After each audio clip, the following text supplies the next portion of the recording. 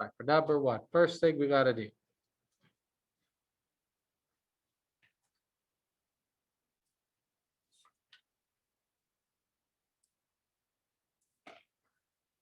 Do you have that answer? U over 2 is 15, which means that U is 30. And so now, okay, you don't have to write the next line that I'm going to write. But step 2 then is we're going to write our formula, but every time we see U, we're going to put 30. So then that's going to be side. Okay, here's the formula. So minus square root 1 minus cosine U over 2. All right, so again, you don't have to write that line. That's just the formula. We're going to rewrite the formula, but every time we see U, we put 30.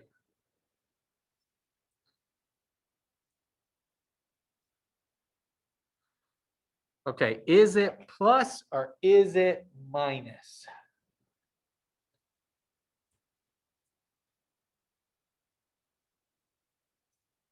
Is sine of 15 positive or negative? It's positive. Why is it positive?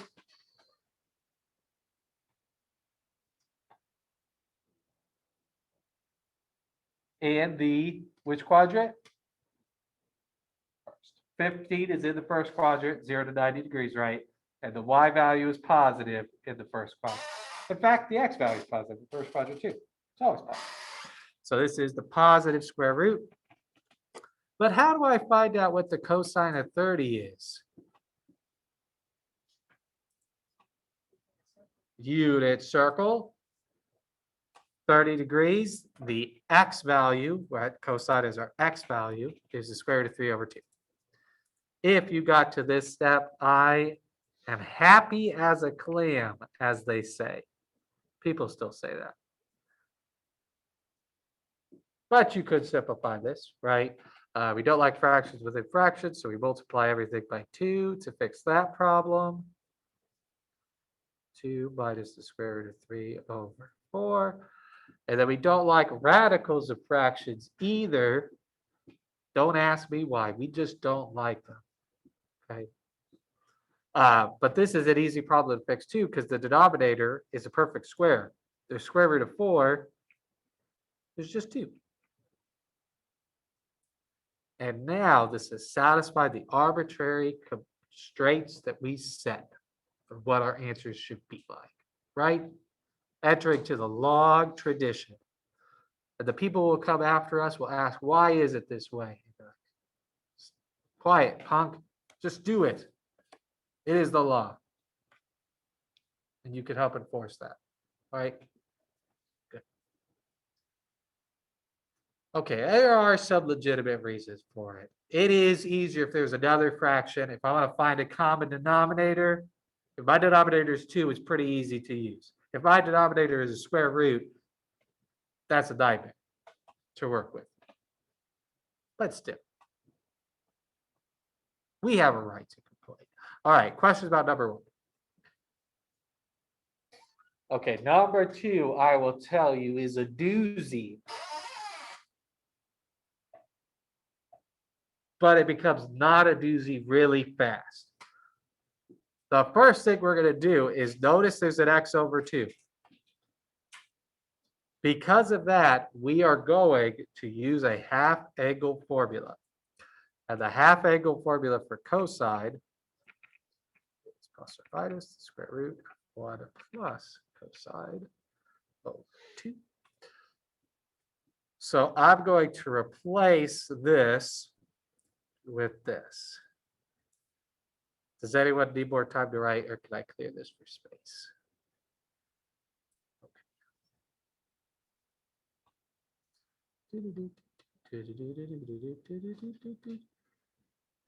This eraser is getting pretty dirty. I'll have to get rid of it and get a new one pretty soon. That's not, it's an electric eraser. Got you all. April Fools. Okay, this is 1 plus cosine squared equals equals 2 plus or minus the square root of 1 plus cosine over 2 squared. Okay, so it looks really messy, right? But actually, it's not too bad.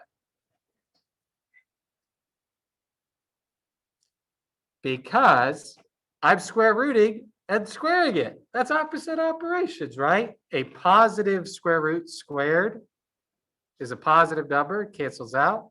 A negative square root squared is still a positive number. So the sign change here, plus or minus, I don't care about. The square root, I don't care about, because there goes the squared. And now this is just like the problems we were doing in the last. Hold on a second.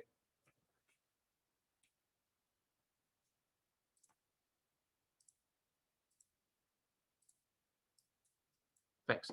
This is just like the problems we were doing before.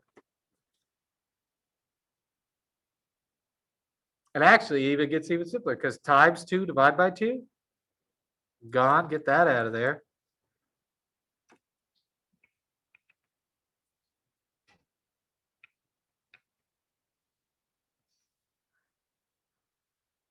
And then remember, I'm just going to get everything onto one side. Hey, look at this. More stuff canceling out. Gone. Move this over.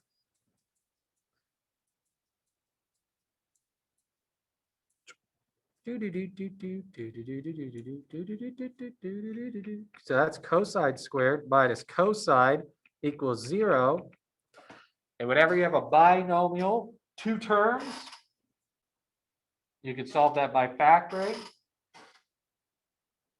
Notice that each term has a cosine.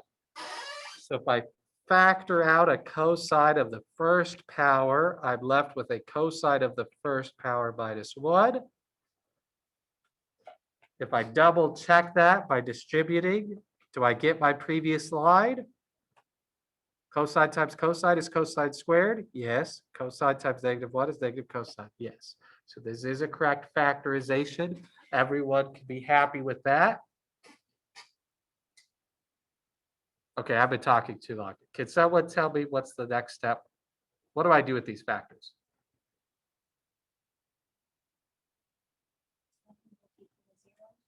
Set them both equals. If either of those equals 0, anything times 0 is 0, right? Doesn't matter what the other parentheses, other factor turns out to be.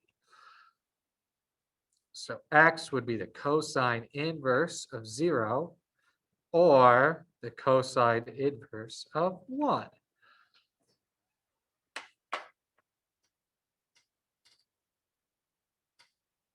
And then how do I find out what those values are?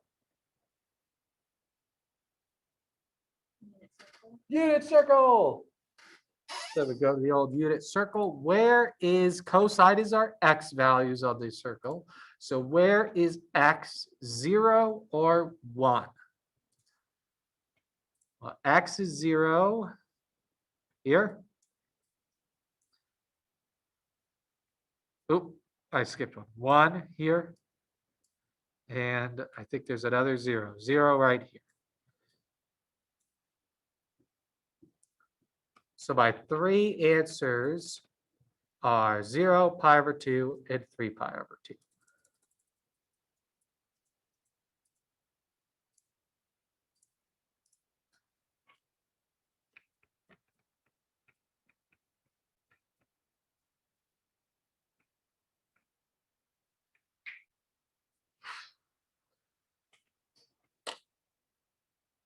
All right. That was a lot of fun, I know. But let's just say, hypothetically speaking, that you hate this class. Because what the heck just happened? When am I ever going to use this stuff is usually what I hear when these things get too complicated. Don't ask me that question. This isn't as complicated as it seems because you could get the answer. You could get the answer in 30 seconds. Exactly. Who could ever hate this class? I have never heard anyone ever say that they hated this class. I think. Geometry, I get that all the time. Oh, this class is the worst. It's so hard. This class, no. Everybody loves precalculus. I often have people ask me just off, when I'm riding on the bus or on an airplane, they'll say, I wish I could be doing some precalculus right now. And that's why I keep extra homework worksheets that I print out with me and I just hand them out. Okay, oh my, well, okay, this needs zooming in. But you can find these answers lickety split by just graphing. Remember, you graph each side separately. Type this in, left side, right side, and you see they intersect at 0, pi over 2, and 3 pi over 2. Could it get any easier than that? So when we do the test this Friday, and you see a problem that says solve, you can do it by hand. That's great. I would like you to be able to do it by hand. But ultimately, if you try it, it says it's wrong. Go to Desmos, type it in. Right? Questions on the bell work? Okay. So, if you believe it or not, I've gotten some complaints emailed to me that said, Mr. Lake, we don't have enough formulas in this class. So I thought I would remedy that today. We're going to do product to sum and sum to product. That's the last thing for 5.5. You get 8 more formulas. I know, you're welcome. That should put all those haters to bed. That's, I think people say, right? Yeah. Put those haters to bed. Haters. All right, the first set of formulas, I'll be honest, you don't use that much, but you can have the joy of copying them down anyway, because you'll use them sometimes. The sine of u times the sine of b is a product that we could rewrite as a sum or difference. For sine, it's a half of cosine of u minus b minus cosine of u plus b. If we change those to cosines, all that changes is the sine in the middle.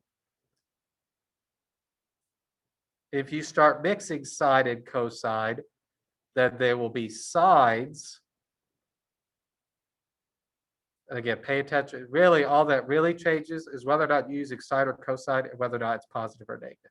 So pay close attention to the sides, but sine of u, cosine of u is sine of u plus v plus sine of u minus v.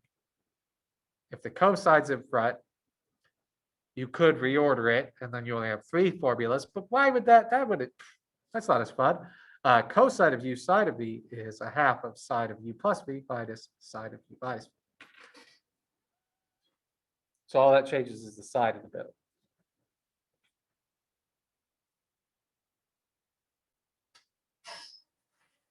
I will say this chapter is super heavy on formulas. Next chapter, there's only 2 for the whole chapter.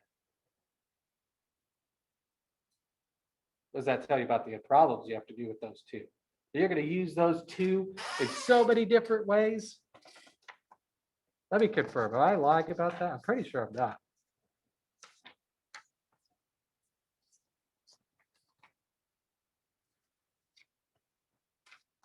I mean, there's another formula, but you don't really need it.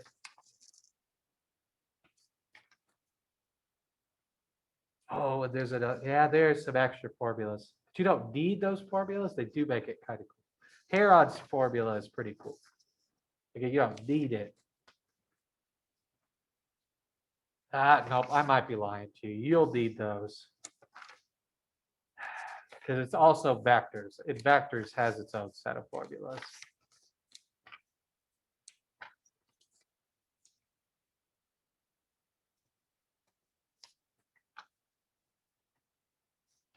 Yeah, nope, I lied. Half the chapter will only use 2 formulas. But then when we get to vectors, they do have a bunch of formulas or properties.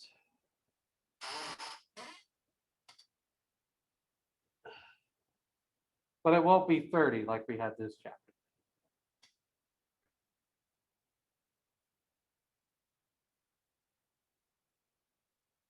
All right, anybody need more time to write? No, no, no, okay. So again, you're not going to use this one too much. I think there's just like one homework question about it. So we're just going to do that one homework question with different numbers. Rewrite this using the formulas you just wrote down. This is a two-step problem. First step, tell me which of the four formulas you need to use. 1, 2, 3, or 4. Write that. And then second step, you will simplify.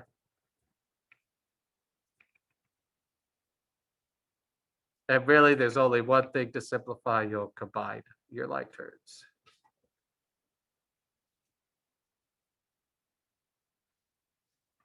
So I'll give you way more time than you need to do 2 lines. I'll give you 3 minutes, but if you get done early, you could think about, how nice it is outside right now. Is it nice? Like gloomy. I like it when it's gloomy outside. I feel like the colors are more vibrant, right? They really stick out more. Like those purples, those are pretty good purples. I like those purple trees. Big fan. Does anyone know what those are called? Well, we're going to call them sycamore then. That's not right. Oak. Nope, that's not right either. We're going to figure out, okay, while you're doing this, you have 2 more minutes of this. I'm going to Google what a purple tree is called. You're going to miss out on the purple tree. But okay.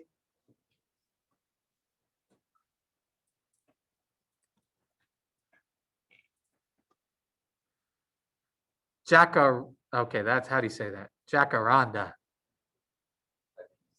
Oh, see, he didn't want it. You're not going to miss out on the jacaranda tree.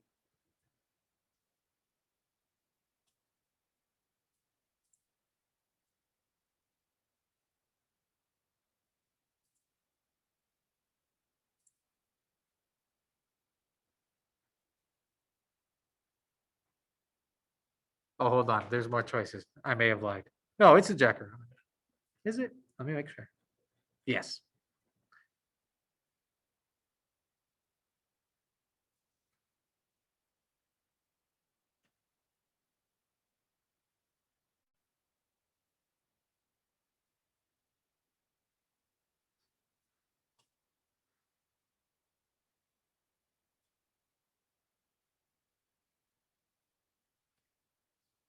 I don't want a $10 off coupon.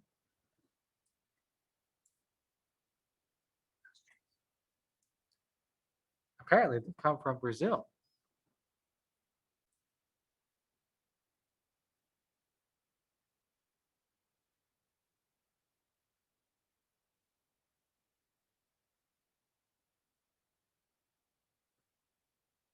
There's also crepe myrtles, but I don't think that's right. That's not the tree center. This, don't think that's what it is. And definitely not that. That's a kind of cool tree.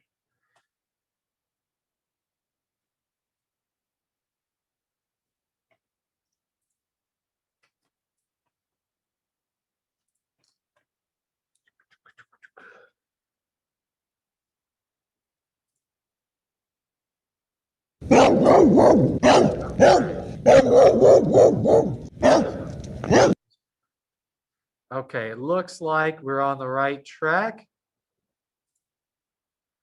From my paradox submissions, which formula do we use? 1, 2, 3, or 4? 4. We got cosine sine. So if we use that, and again, this will be u, this will be v, and so wherever we see a u or v, we put that instead. So this would be a half of sine of u plus v minus sine of u minus v. And then the only thing you have to simplify here is to combine like terms. 5x plus 4x is 9x. And 5 minus 4 is 1. That's it. Nothing more you can do to that problem. I think you have one on the homework like that.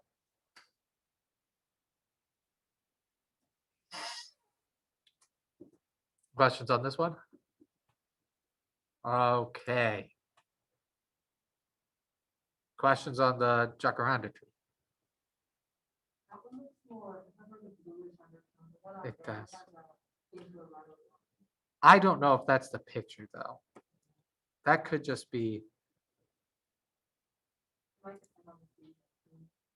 It could.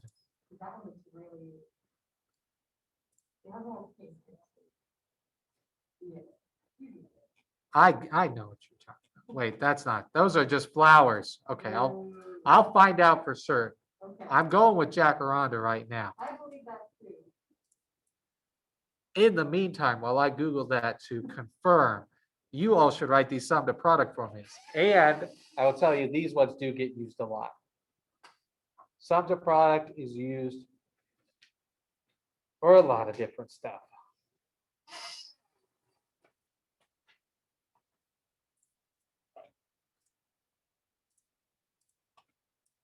Because you shouldn't always trust the first thing that comes up with Google. You know what? Let me try this. Purple flowering trees in Kansas. Give it some more context.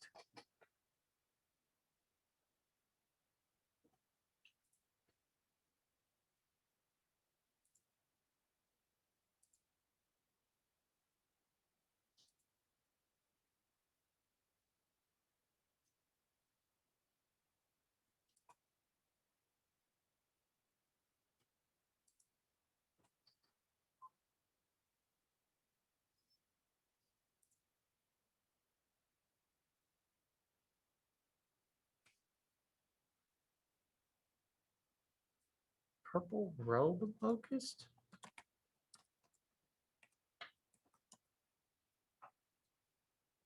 No, it's not that. That's a big tree right there. No, okay, not that one.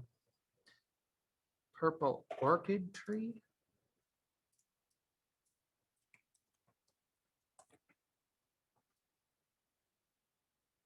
No.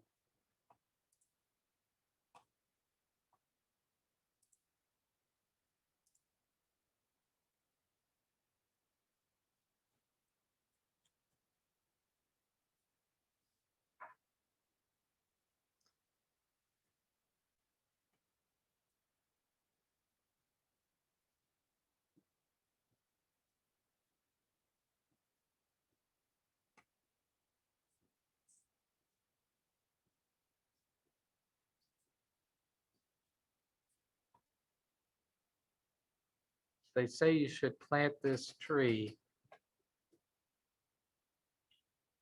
away from pools, ponds, or driveways, as the clusters that fall off of them can make a big mess.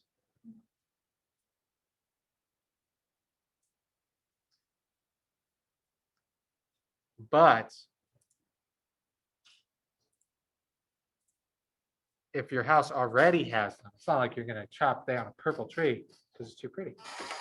All right, anyone need more time to write? A little bit? No? Good?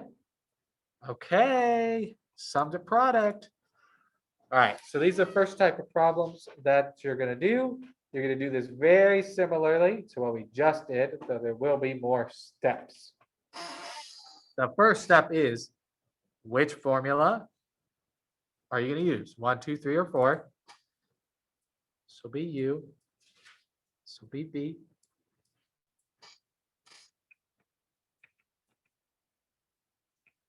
And then the second step is the same. You will simplify this. But then afterward, you should now have an angle that you can find on the unit circle.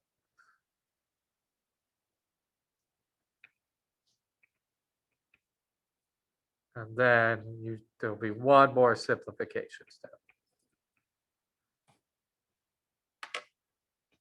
I'll give you 3 minutes. I'm going to pause after the first minute just to make sure we're on the right track with the formula.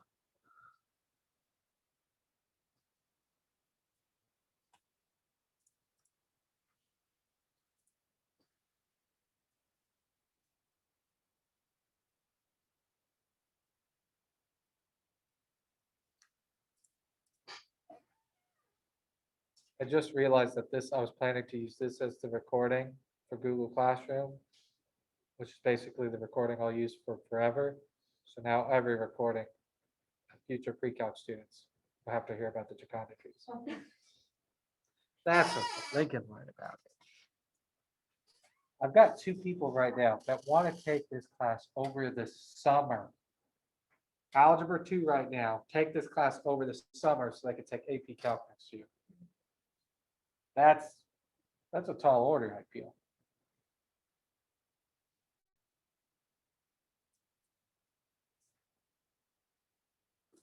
But they'll have this video. They're probably listening to it right now. Okay, pause. Which formula do we use? 1, 2, 3, or 4? 3. Cosine plus cosine. So you should have, oh golly, okay, you should have cosine, or sorry, 2 cosine of 195 plus 105 over 2 times cosine of 195 minus 105 over 2. Second step, that's 2 times the cosine of what? Cosine of what? And you should get angles that you can find on the unit circle. 2 times, and then there will be one more simplification step.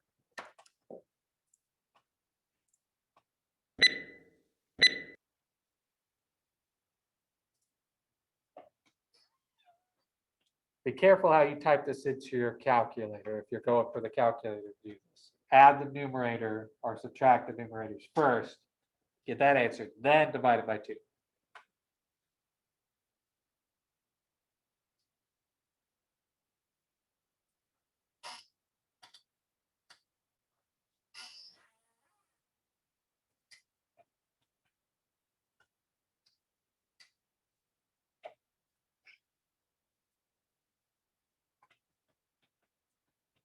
It's also about that time where those trees with the white blossoms and they smell.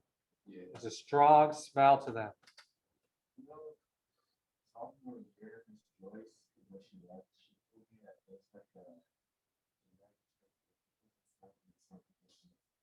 Get out of town. Yes. I've always just assumed everyone could smell them. Yes, I heard you. She said that some people can. That's wild. You can't? They're so strong.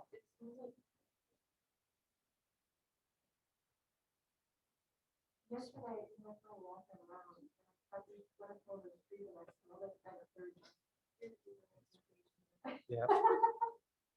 If you go to Washburn University, they have those in like all the student parking lots. So in the spring, whenever you park there, get out of your car, it's like, whoa. There's so many of those trees all in one place. At least where I park, which was the best place to park. Cafeteria and White Concert Hall, and little park.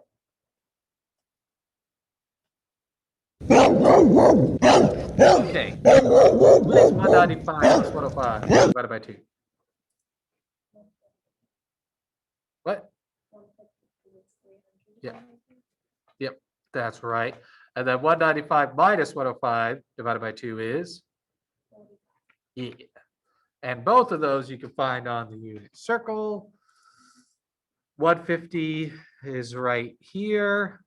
It's negative square roots of 3 over 2. 45 is right here. It's square roots of 2 over 2. So then this is negative square root of 3 over 2, square root of 2 over 2, which you could cancel out one of the 2's with one of the 2's here, and then get negative square root of 6 over 2. Or you could do it in 2 lines, negative 2 square roots of 6 over 4, but then 2 and 4 reduces down to a half.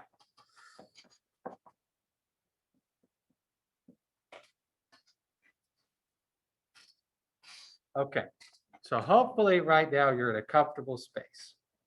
This isn't so bad, it's just using formulas. Well, let's clear you of that.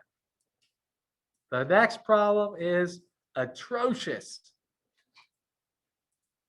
But, oh, hold on. Did anybody need more time to write? All right, the next problem is atrocious. But at the end of the day, this is asking you to solve. So you could just do this in a calculator. But that would just take away all the fun, wouldn't it? Why would you do that? All right. So to do this, to combine these two, I'm going to use my product to sum formula. It's side plus side. So you should note that that is the first formula. So if we do that, we get, oh, where this is u and this is v.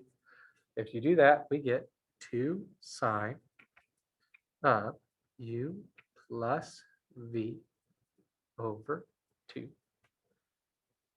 times cosine of u minus v over 2.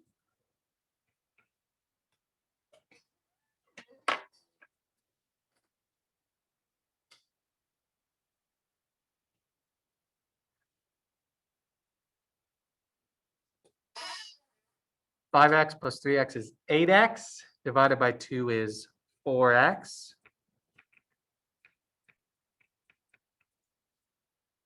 5x minus 3x is 2x, divided by 2 is 1x.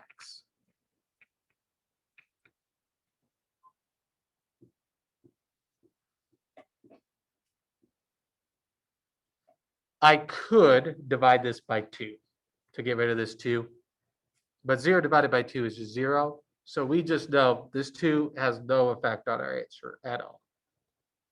Okay.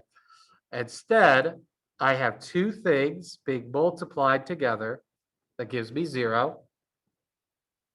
So I'm going to do this just like we did the bell work. I'm going to set each of these equal to 0.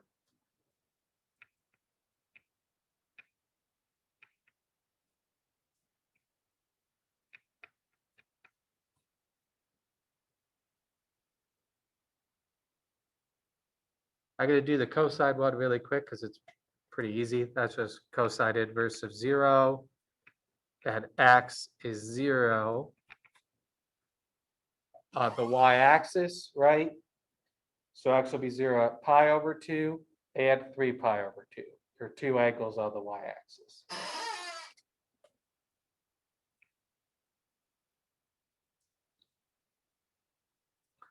Here's where it gets monstrous. This one seems simple.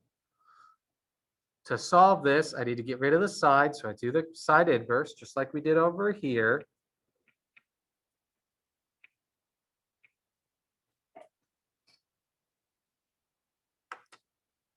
Sine is 0 when y is 0, which is the x-axis.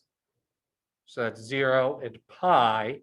But remember, because this is a multiple angle, you have to write the general solution first. Remember we say that? Whenever you got like a 2x or whatever, you have to write the general solution first. So this is 4x equals 0 plus 2 pi n, and 4x equals pi plus 2 pi n. You have to do that. If you forget to do that, you're going to leave thinking there's only 4 answers to this problem when there's really 8.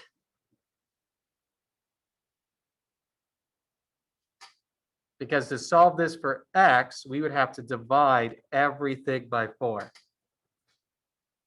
And I'm talking everything by 4. If you're eating while you're doing this problem, you have to divide your food by 4 and go share it with someone. So x would be 0 plus pi over 2n and pi over 4 plus pi over 2n. Which actually I'm not gonna change that. I'm gonna leave that as 2 pi over 4. I'm not gonna reduce that one. You'll see why in a second. That's a hidden clue that'll be valuable to us later. I'll figure out what the quote is one time. And then I'll say it, it'll be so effective. You'll all be like, wow, Mr. Lake, that was great.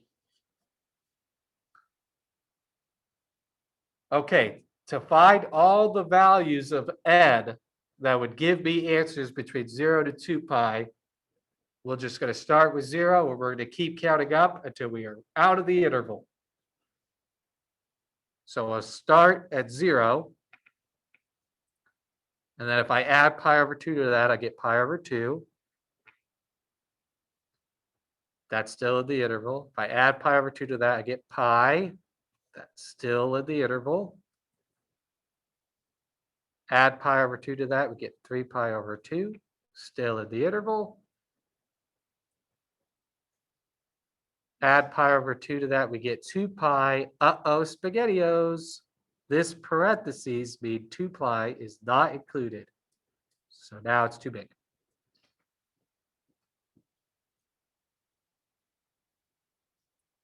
And we repeat for the second set of solutions. So start at pi over 4.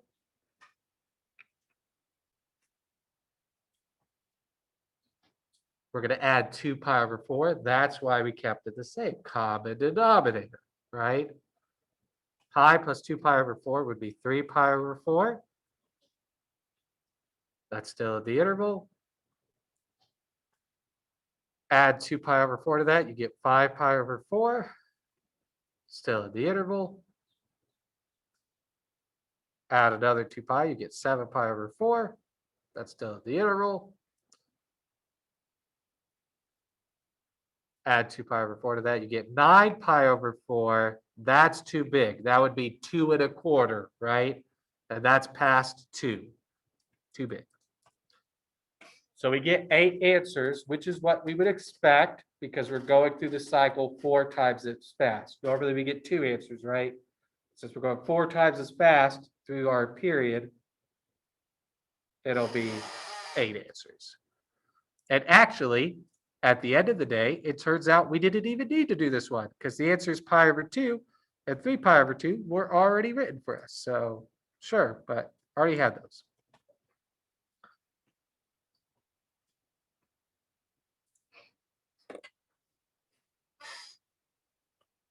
But let's say you look at this and you say, Mr. Lake, I refuse to do that. That is too much. I'm only in high school.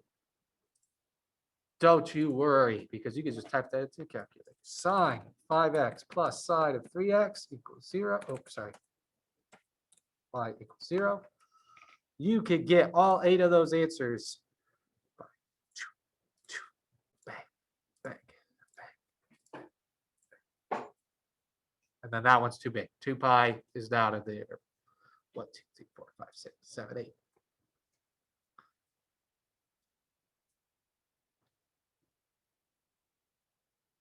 Yay? Isn't that a funky looking graph too? Look at that. If you scroll through it really fast, it'll mess with you.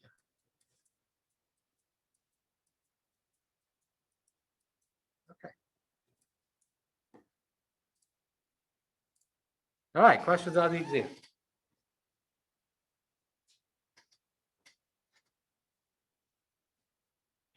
That's the end of 5.5. Tomorrow will be a review day. Friday, test. Should be fun.